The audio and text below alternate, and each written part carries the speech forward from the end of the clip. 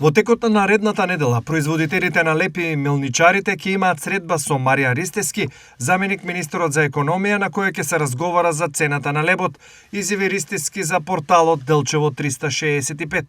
Очекуваме наредната недела со државниот пазарен инспекторат повторно да се видиме со оваа афела и очекуваме доколку нема поголеми потреси околу цената на нафтата, транспортните трошоци и така натаму, да останат и понатаму цените. Меѓутоа, тоа е ствар на договор и волја на пекарите.